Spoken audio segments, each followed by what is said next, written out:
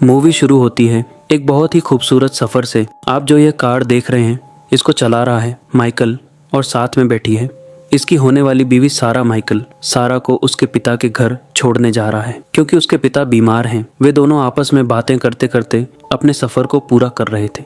तभी अचानक से कार के नीचे कुछ आ जाता है और कार अनबैलेंस्ड होकर सड़क से नीचे उतर जाती है। फिर माइकल कार से नीचे उतरता है और चेक करता है कि उसकी कार के नीचे कौन सा जानवर आ गया, लेकिन उसे कुछ भी नहीं दिखता। उसकी कार के चारों टायर भी ठीक थे। फिर वह सारा को कहता है, अजीब बात है, कार पर ना ही खून लगा है और ना ही कोई डेंट है, कार के टायर भी ठीक हैं। फिर हमें ऐसा क्यों लगा जैसे कार के नीचे कुछ आ गया हो। फिर वे अपनी कार में बैठ जाते हैं और वहाँ से जाने लगते हैं। दूर से उनको कोई देख रहा था, फिर वो भी उनके पीछे अपनी कार लगा देता है। तभी माइकल बैक व्यू मिरर में देखता है कि एक कार तेजी से उनके खाना पीछे आ रही है। वो उस कार को निकलने के लिए जगह भी देते हैं, लेकिन पीछे वाली कार उनको क्रॉस नहीं करती बल्कि उनके पीछे ही रहती है। फिर माइकल सारा को कहता है कि पीछे वाली कार में जो भी बैठा है वह जानबूझकर हमें सता रहा है। फिर सारा कहती है, कार तेज भगाओ। फिर माइकल कार तेज भगाता है, पीछे वाला भी अपनी कार तेज कर लेता है। तभी माइकल को एक गैस स्टेशन दिखता है और वह गाड़ी को तेज स्पीड में सड़क से नीचे उतार लेता है और अपनी कार को गैस स्टेशन के आगे रोक लेता है। दूसरी कार आगे निकल जाती है। फिर सारा माइकल को कहती है कि ज़रूर इस कार में कोई बिगड़ल बच्चा होगा जिसको हमारे साथ रेस लगाने की सूझ रही थी। माइकल कहता है, मुझे तो वह कोई साइको या कोई हत्यारा लग रहा था। सारा कहती है, तुम मूवी ज्ञान की जासूसी फिल्में कम देखा करो। फिर माइकल कहता है, अपने पिता को फ़ोन कर दो, आने में थोड़ी देर हो जाएगी। लेकिन सारा के फ़ोन में नेटवर्क ही नहीं था। माइकल कहता है, मुझे नहीं लगता इस गैस स्टेशन पर कोई फ़ोन भी होगा। फिर वे अपनी कार से नीचे उतर के गैस स्टेशन के पीछे बने रेस्टोरेंट में जाते हैं। रेस्टोरेंट में मार्क नाम का वेटर उनका स्वागत करता है। फिर सारा माइकल को कहती है, मैं यहाँ अपना टाइम खराब नहीं करना चाहती। लेकिन माइकल कहता है, अब मैं यहाँ आने के बाद बिना कुछ खाए तो वापस नहीं जाऊँगा। फिर वे एक टेबल पर बैठ जाते हैं। फिर माइकल सारा को कहता है कि हमें शादी करने के लिए जल्दबाजी नहीं करनी चाहिए। अभी तुम्हारे पिता बीमार हैं, एक बार उनको ठीक हो जाने दो। लेकिन इस बात से सारा का मुंह बन जाता है। तभी वहाँ ऑन ऑर्डर लेने के लिए वेटर्स आती है जिसका नाम कैली था। माइकल कहता है, 5 मिनट में ऑन ऑर्डर देता हूँ। वेटर्स कहती हैं, कोई जल्दी नहीं, आराम से, यहाँ जिंदा लोग कम ही देखने को मिलते हैं। और साथ में खुले सिक्के भी लाकर टेबल पर रख देती है। माइकल पूछता है, ये सिक्के किस लिए? कैली कहती है, हम पानी के साथ साथ सिक्के भी देते हैं, इसे आप उस मशीन में डालकर अपनी पसंद का गाना सुन सकते हैं। फिर माइकल अपनी पसंद का गाना लगाता है। तभी रेस्टोरेंट के बाहर वही कार दोबारा आ जाती है। वही सेम गाना उस कार में भी बज रहा था। रेस्टोरेंट के अंदर सारा कैली को बताती है कि यह गाना माइकल ने ही गाया था। फिर कैली उसके गाने की तारीफ करती है। फिर सारा उससे फ़ोन के बारे में पूछती है। कैली कहती है, यहाँ अंदर तो कोई फ़ोन नहीं है, लेकिन एक फ़ोन बाहर है, चेक कर लो, चलता हो तो यूज़ कर लेना। फिर सारा माइकल को यहाँ से चलने को कहती है क्योंकि सफ़र लंबा था और सारा इलाका सुनसान था। फिर वे खाने का सामान पैक करवाते हैं और उसके बाद वहाँ से अपने सफ़र के लिए निकल पड़ते हैं। अब की बार गाड़ी सारा चला रही थी। फिर कुछ दूर जाने पर दोबारा उसको महसूस होता है कि कार के नीचे कुछ आ गया है। फिर वे गाड़ी को दोबारा साइड पर रोकते हैं। अब की बार उन दोनों की फट जाती है। माइकल कहता है, मैं बाहर जाकर देखता हूँ। लेकिन सारा कहती है, कोई फ़ायदा नहीं, बाहर कुछ भी नहीं होगा क्योंकि मेरी नज़र सड़क पर ही थी और मुझे लगता है हम फिर से उसी जगह पर आ गए हैं। दूसरी तरफ होटल में होटल स्टाफ अपने बॉस जॉन को कहते हैं कि वे दोनों यहाँ आए थे, क्या हमें इनके साथ भी वही सब करना है? तभी पास में बैठी लड़की कहती है, उन दोनों को जाने दो। लेकिन जॉन कहता है, हम ऐसा नहीं कर सकते। तभी सारा और माइकल कार से नीचे उतर जाते हैं और आपस में बात करने लगते हैं कि ऐसा कैसे हो सकता है, हम दोबारा से उसी जगह पर कैसे आ सकते हैं। तभी माइकल की नज़र पीछे खड़ी काली कार पर पड़ती है। फिर माइकल सारा से चाबियां मांगता है और कहता है, जल्दी यहाँ से निकलो। लेकिन सारा गुस्से में ब्लैक कार के पास जाती है और पूछती है, कौन हो तुम? तभी ब्लैक कार में बैठा फेरीमन शीशा नीचे करता है और सारा को अपने दांत दिखाकर डराता है। उसके दांत बहुत ही नौकी थे, बिल्कुल किसी जानवर की तरह। उसको देखकर सारा भागने लगती है और सारा को देखकर माइकल भागता है। फिर सारा गाड़ी को तेजी से भगाती कार भी उनका पीछा करने लगती है। माइकल पूछता है, तुमने उस कार में क्या देखा? वह कुछ भी नहीं बोलती। तभी वह देखती है कि कार में पेट्रोल खत्म होने वाला है, लेकिन गाड़ी भगाने के अलावा उनके पास कोई दूसरा रास्ता ही नहीं था। तभी वही गैस स्टेशन दोबारा आ जाता है। सारा अपनी गाड़ी को सड़क से नीचे उतार कर गैस स्टेशन के पास ले जाती है और ब्लैक कार आगे निकल जाती है। फिर रेस्टोरेंट के अंदर जाकर सारा कहती है, मुझे आपका फ़ोन यूज़ करना है। कैली कहती है, क्यों नहीं, ज़रूर कीजिए। फिर सारा पुलिस को फ़ोन करती है और बताती है कि हम हाईवे पर फंस गए हैं। एक अजीब सा आदमी ब्लैक कार में हमारा पीछा कर रहा है, वो हमें मारना चाहता है। पुलिस वाली कहती है कि आप जहाँ भी हो कुछ घंटे वहीं पर रहो, क्योंकि आपकी लोकेशन शहर से दूर है। पुलिस दल को आपके पास पहुंचने में कुछ घंटे लग जाएंगे। दोस्तों, फ़ोन पर कोई पुलिस वाली नहीं बल्कि इस होटल का मालिक जॉन था। जी हाँ, जब सारा ने 911 पर कॉल की तो वो कॉल पीछे बने रेस्टोरेंट के ऑफिस में ही कनेक्ट हुई थी। फिर रेस्टोरेंट का ओनर जॉन माइकल के पास जाता है और पूछता है कि मैं आपकी क्या हेल्प कर सकता हूँ। फिर माइकल कहता है, सड़क पर कोई पागल आदमी हमारा पीछा कर रहा है, वह हमें मारना चाहता पर है। मैं आपसे यह जानना चाहता हूँ कि वह आदमी कौन है और क्या वह अक्सर यहाँ आता रहता है। जॉन कहता है, आप घबराइए मत, मुझे लगता है कोई आपसे मजाक करने के मूड में है। फिर माइकल उस पर गुस्सा हो जाता है और कहता है कि हमारी लड़ो या भागो वाली स्थिति बनी हुई है और आपको यह मजाक लगता है। जॉन कहता है, देखो मैं तो आपको ही शांत करवा सकता हूँ। जब कोई कुत्ता आपके पीछे पड़ जाए तो आप क्या करते हैं, उससे लड़ते हैं या भागते हैं?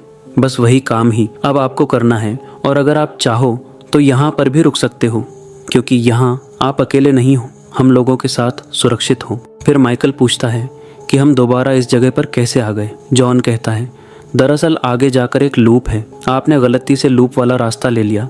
अक्सर कई लोगों के साथ ऐसा ही होता है। तभी सारा वहां आ जाती है। वो माइकल को बताती है कि पुलिस को यहां आने में कुछ घंटे लग जाएंगे, तब तक हमें यहीं पर इंतजार करना होगा। ओनर कहता है, अगर सच में कोई आपका पीछा कर रहा है तो आज की रात आप यहीं बिता सकते हैं। वह सुबह होने तक आपका इंतजार नहीं करेगा। फिर सुबह आप लोग जहां जाना चाहो जा सकते हो और तब तक तो पुलिस भी आ जाएगी। फिर वह दोनों को बैठने को कहता है और कहता है कि आप कुछ भी खाइए, मैं आपसे पैसे नहीं लूंगा क्योंकि इस समय आप हमारे मेहमान हैं। फिर कैली वहाँ मेन्यू लेकर आती है। सारा उससे खुले सिक्के मांगती है, लेकिन वह कहती है कि मैं आपको सिर्फ एक ही बार सिक्के दे सकती थी। तभी पास में बैठी औरत जिसका नाम रूबिका था, वह कहती है कि मैं आपको खुले सिक्के देती हूँ, वो मेरी कार में है, मैं अभी लेकर आती हूँ। लेकिन इतने में वहाँ जॉन आ जाता है और रूबिका को बाहर नहीं जाने देता। फिर वो उसको ज़बरदस्ती अंदर भेज देता है। फिर वह सारा और माइकल को बताता है कि ये हमारी रूटीन की कस्टमर है, इसके दिमाग में थोड़ी प्रॉब्लम है, अब हमें इससे निपटना आ गया है। फिर वह सारा को एक सिक्का देता है। सारा वो सिक्का लेती है और अपने पापा को फ़ोन करने चली समझ जाती है। जब सारा कॉल करती है तो उसके पापा फ़ोन उठाते हैं, लेकिन फ़ोन पर डिस्टर्बेंस बहुत थी। उसे बस इतना ही सुनाई देता है कि मैं तुम लोगों का इंतज़ार कर रहा हूँ, जल्दी आ जाओ। फिर फ़ोन कट हो जाता है। तभी हम देखते हैं कि होटल का मालिक जॉन रूबिका को पीछे बने एक कमरे में ले जाने लगता है। रूबिका कहती है, प्लीज़ ऐसा मत करो, मैं अभी तैयार नहीं हूँ। फिर ऑनर कहता है, अगर तुम विरोध करोगी तो ये तुम्हारे लिए और भी मुश्किल हो जाएगा। रूबिका कहती है, तुम एक ऐसे जानवर को खाना खिला रहे हो जो हमेशा भूखा रहता है। फिर वह ज़बरदस्ती रूबिका को उस रूम नंबर 17 में बंद कर देता है और वहाँ से चला जाता है। अब रेस्टोरेंट के अंदर सारा और माइकल का खाना पना भी हो गया था। तभी मार्क वहाँ आता है और वहाँ बिल रख देता है। अब इससे पहले कि माइकल उसे उठा पाता, ओनर वहाँ आ जाता है और उस बिल को उठा लेता है। वो कहता है, आज के लिए ये खाना इनके लिए मुफ्त था, लेकिन उस बिल पर लिखा हुआ था रन। फिर ओनर कहता है, आप मुझे बस 1 मिनट का समय दीजिए, आपका कमरा रेडी है। फिर सारा माइकल को कहती है, मुझे डर लग रहा है, बाहर देखो जैसे दिन यहीं रुक गया हो। फिर माइकल कहता है कि हमें थोड़े आराम की ज़रूरत है। इतने में जॉन फिर से वहाँ आ जाता है और कहता है कि आपका कमरा रेडी है। फिर वह मार्क को आवाज़ देता है और कहता है कि रूम की चाबी लेकर आओ। मार्क पूछता है, रूम में 3 लोग रुकेंगे या 2? ओनर कहता है, क्या तुम्हें ये 3 दिख रहे हैं? 2 की लेकर आओ, बेवकूफ़। फिर जॉन उन दोनों को उनके रूम तक छोड़ने के लिए जाने लगता है। सारा पूछती है, क्या आपको पहले भी किसी ने कंप्लेंट की थी किसी काली गाड़ी के बारे में? लेकिन जॉन कहता है, सारा तुम बेकार में चिंता कर रही हो, इस पर ज़्यादा ध्यान मत दो। फिर वह दरवाज़ा खोलने लगता है। फिर सारा माइकल से पूछती है कि इसको मेरा नाम कैसे पता चला, तुम मुझे बेबी कह बुलाते हो। तभी उसको पास वाले रूम से किसी के होने का एहसास होता है, जैसे किसी लड़की के साथ कोई ज़बरदस्ती कर रहा हो। फिर वो माइकल को वहाँ से चलने को कहती है। जॉन कहता है, मैं आप दोनों से निवेदन करता हूँ, कृपया आप रूम के अंदर जाइए। सारा और माइकल समझ जाते हैं कुछ गड़बड़ है, इसलिए वे दोनों वहाँ से भाग जाते हैं और अपनी गाड़ी लेकर वहाँ से निकल जाते हैं। तभी दोनों वेटर जॉन से पूछते हैं क्या हुआ। जॉन कहता है कि अगर वे दोनों भाग गए तो हम सब की जान मुश्किल में आ जाएगी। कैली कहती है कि हमें उन दोनों की हेल्प करनी चाहिए, लेकिन जॉन कहता है भाड़क में जाओ। तुम दोनों कार में सारा और माइकल दोनों डरे हुए थे और बातें कर रहे थे कि होटल का मालिक जॉन सब कुछ जानता था कि हमारे साथ क्या हो रहा है। तभी उनकी नज़र सड़क के किनारे पर खड़े फेरीमैन पर पड़ती है। सारा कहती है माइकल ये वही है जो काली गाड़ी में हमारा पीछा कर रहा था। माइकल ज़रूर हमारा शिकार हो रहा है। फिर माइकल सारा को हौसला देता है और कहता है तुम बस गाड़ी चलाओ, बाकी सब बातें भूल जाओ, हमारे साथ कुछ भी नहीं होगा। दूसरी तरफ मार्क रूम में से रूबिका का सामान लेकर आता है और उसको डस्टबिन में डाल देता है क्योंकि अब वह जा चुकी थी। फिर मार्क को अपने इस काम पर घृणा आती है। उसकी आत्मा बार बार उसे कहती है कब तक ऐसा ही चलता रहेगा। फिर वह जॉन के पास जाता है और उसे समझाता है, लेकिन जॉन उसकी बात समझने को तैयार ही नहीं था। वो कहता है कि मार्क हम जो भी कर रहे हैं यही हमारा काम है। मार्क कहता है बॉस अगर आप चाहो तो ये सब बदल सकते हो, लेकिन जॉन उसकी बात नहीं मानता और कहता है कि यह लोग पहले ही मर चुके हैं या मर रहे होंगे, तुम जाओ अपना काम करो। तभी सारा के फ़ोन पर उसके पापा की कॉल आती है, लेकिन जब वो उसे उठाती है तो फ़ोन में से अजीब सी आवाज़ आने लगती है और वही आवाज़ कार के रेडियो में भी आने लगती है। तभी फिर से उसकी कार के नीचे कुछ आ जाता है। सारा कहती है अब की बार हम कार को नहीं रोकेंगे, तुम कार को भगाते रहो। माइकल कार को तेज कर लेता है। तभी वही ब्लैक कार फिर से उनका पीछा करने लगती है। फिर वे कार को और तेज भगाते हैं। उनको दूर से वही गैस स्टेशन दिखने लगता है, लेकिन अब की बार वे वहाँ पर नहीं रुकते और सीधा ही निकल जाते हैं। वे तीनों ये सब कुछ रेस्टोरेंट के बाहर खड़े खड़े ये देख रहे थे। फिर होटल ओनर कहता है कि देर सवेरा इनको यह एहसास हो ही जाएगा कि वे बच नहीं सकते। मार्क कहता है कि मुझे अब भी उम्मीद है ये कुछ ना कुछ रास्ता ज़रूर खोज लेंगे। दूसरी तरफ वो काली कार अभी भी उन दोनों का पीछा कर रही थी। फिर माइकल अचानक से अपनी कार की ब्रेक लगाता है। ब्लैक कार आगे निकल जाती है और उनकी कार वहीं पर घूमकर रुक जाती है। फिर वे दोबारा अपनी कार को भगाते हैं और देखते हैं कि वह काली कार गायब हो चुकी है। अब उनको चलते चलते काफ़ी देर हो जाती है। माइकल कहता है कि मुझे तो लगता है यह वक्त यहीं पर रुक गया है। हमें कार ड्राइव करते कई घंटे हो चुके हैं, लेकिन सब कुछ वैसे का वैसा ही है। सारा कहती है तो क्या हम हमेशा ही इसी तरह सड़क पर घूमते रहेंगे? माइकल कहता है मुझे ऐसा नहीं लगता, क्योंकि बहुत देर से ना ही गैस स्टेशन आया है और ना ही किसी काली गाड़ी ने हमारा पीछा किया है। शायद हम सही रास्ते पर जा रहे हैं, लेकिन उनके पेट्रोल की सुई वहीं पर अटकी हुई थी, खाली होने का नाम ही नहीं ले रही थी। फिर माइकल गाड़ी चलाते चलाते थक जाता है। फिर वो अपनी गाड़ी को सड़क के किनारे रोकता है ताकि आगे के सफ़र में सारा गाड़ी चलाए। फिर सारा गाड़ी चलाती है, लेकिन गाड़ी चलाते चलाते वह भी थक जाती है। फिर वो भी गाड़ी को सड़क के किनारे रोकती है। फिर वो माइकल को जगाती है। माइकल पूछता है क्या हुआ? सारा कहती है मुझे लगता है मैं 100 बार इस रास्ते को क्रॉस कर चुकी हूँ। यहाँ कोई गैस स्टेशन, कोई ब्लैक कार तो नहीं आई, लेकिन ये रास्ता बार बार वहीं आ रहा है। माइकल कहता है मुझे लगता है हम किसी लूप में फंस गए हैं। उन लोगों ने जगह जगह पर लूप बना रखे हैं। हमें इस लूप को तोड़ना होगा। सड़क के रास्ते तो हम इस लूप को नहीं तोड़ पाएंगे। हमें रेगिस्तान के अंदर जाना होगा, वो भी पैदल, क्योंकि हमारे पास बड़ी कार नहीं है और यह कार रेगिस्तान के अंदर नहीं जा सकती। सारा उसकी बात से सहमत नहीं थी, लेकिन माइकल उसको विश्वास दिलाता है कि मुझ पर भरोसा रखो, मैं तुम्हें यहाँ से निकाल लूँगा। फिर वे दोनों अपनी कार को वहीं पर छोड़कर पैदल ही आगे जाने लगते हैं। अब वे सड़क पर से ना जाकर रेगिस्तान के बीच का रास्ता लेते हैं। दूसरी तरफ कैली मार्क को कहती है हमें उन दोनों की हेल्प करनी चाहिए। दरअसल मुझे उनकी नहीं, बल्कि सारा के पेट में जो बच्चा है उसकी चिंता है। मार्क कहता है कि मैं पहले ही ट्राई कर चुका हूँ, कोई फायदा नहीं। दूसरी तरफ सारा और माइकल बातें करते करते बहुत दूर तक आ गए थे। तभी उनको एक पलटी हुई कार दिखती है। जब वे पास जाकर देखते हैं तो पाते हैं कि यह उनकी ही कार है। कार के शीशे पर खून भी लगा था। अब वे समझ जाते हैं कि हम इस लूप में मर चुके हैं। फिर मार्क और सारा दोनों रोने लगते हैं। तभी वे देखते हैं कि फेरीमैन उनके पास में ही खड़ा है और उनको ही घूर रहा है। फिर माइकल उसको मारने के लिए आगे बढ़ता है, लेकिन फेरीमैन माइकल को ही घायल कर देता है। फिर वे दोनों वापस उसी रास्ते पर भागने लगते हैं, जिस रास्ते से वे यहाँ आए थे। फेरीमैन भी अपनी कार लेकर वहाँ से चला जाता है। फिर वे दोनों भागते भागते वापस अपनी कार तक पहुंच जाते हैं। सारा माइकल को कार में बिठा है और खुद ड्राइव करने लगती है। फिर वो काली कार फिर से उनके पीछे लग जाती है वे देखते हैं कि वही गैस स्टेशन फिर से आ गया है, लेकिन अब की बार भी वे गाड़ी नहीं रोकते और सीधा चले जाते हैं। तभी कुछ दूर जाते ही फिर से वो गैस स्टेशन आ जाता है। अब की बार वे उसको देखकर हैरान हो जाते हैं क्योंकि लूप का साइज छोटा हो गया था।